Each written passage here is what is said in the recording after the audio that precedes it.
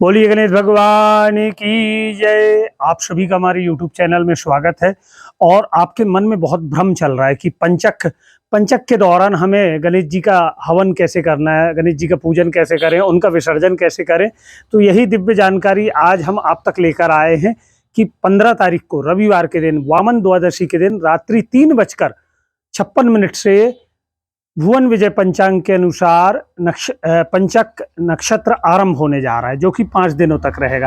इसी दौरान आपके घर पर बैठे हुए गणेश जी हैं, उनका हवन पूजन के दौरान आपके मन में दुविधा आएगी कि हमें क्या करना चाहिए, क्या नहीं करना चाहिए। तो एक बड़ी विशेष बात आपको यह बताएं कि स्वयं विघ्न विनायक, जिनके नाम से ही विघ्न दूर हो जाते हैं, आप उनकी आराधना करने जा रहे हैं।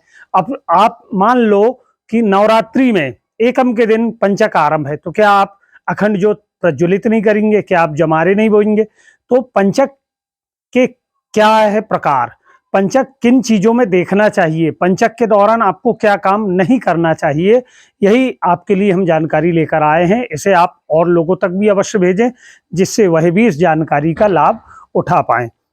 जैसे प्रथम पंचक जो होता है रोग पंचक, रविवार के दिन जो पंचक लगता है उसे रोग पंचक कहते हैं।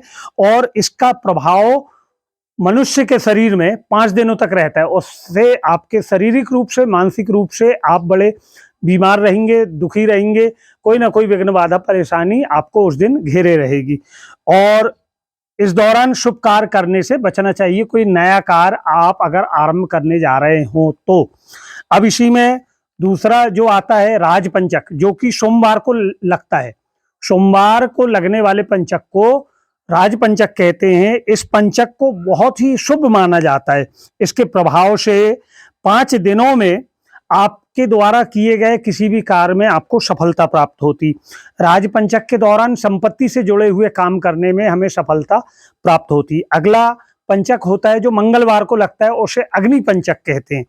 अग्नि पंचक के दौरान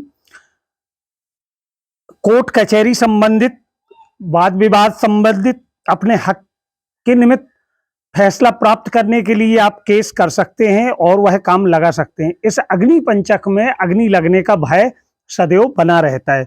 इस पंचक में भी किसी तरह का निर्माण कार्य, औजार और मिशनरी कामों की शुरुआत करना अशुभ माना गया है। इसमें आपको नुकसान अवश्य होगा। चौथा पंचक जो है मृत्यु पंचक, अर्थात शनिवार को शुरू होने वाले पंचक को मृत्यु पंचक कहा जाता है। इसके नाम से ही पता चलता है कि अशुभ दिन से शुरू होने वाले ये पंचक मृत्यु के बराबर की परेशानी देता है। इस दिन अगर आप कोई काम आरंभ कर देते हैं तो जोखिम अवश्य ही आपको होगा, या कोई घटना, दुर्घटना, विवाद आपके साथ में घटित होगी। इससे बचने का क्या उपाय है? अब बचने के उपाय की अगर हम बात करें, शनिवार के दिन अगर आपको कोई काम करना ही पड़े तो पंचक के दौरान तो सर्वप्रथम हनुमान जी मंदिर जाएं, हनुमान जी से प्रार्थना करें, उसके बाद आप कार्य करें तो आप किसी भी प्रकार की विघ्न बाधा से आपका बचाव अवश्य होगा। अगला पंचक, 5वां पंचक है चोर पंचक। यह शुक्रवार को शुरू होने वाला पंचक को चोर पंचक कहते हैं। विद्वानों के अनुसार इस पंचक में यात्रा करने की मनाही है। इस पंचक में लेन देन, व्यापार और किसी भी तरह के सौदे नहीं करना चाहिए। मना किए गए कार्य करने से आपकी धन संपत्ति की आपको हानि हो सकती है। इसके अलावा बुधवार और गुरुवार को शुरू होने वाले पंचक में ऊपर दी गई बातों का पालन भी करना जरूरी है।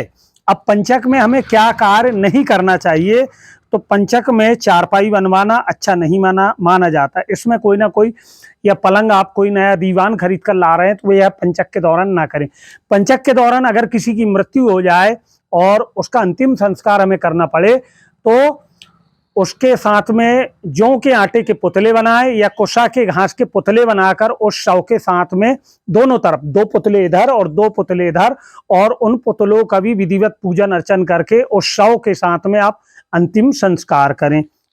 पंचक के दौरान दक्षिण दिशा में यात्रा करने की मनाही होती है, क्योंकि दक्षिण दिशा यम की दिशा है। अगर आपको दक्षिण दिशा में जाना ही पड़ रहा हो तो पहले आप पूरब की ओर जाएं, उसके बाद में फिर हनुमान जी का नाम कम से कम 11 बार बोल के फिर आप वापस अपनी दक्षिण दिशा की यात्रा कर सकते हैं।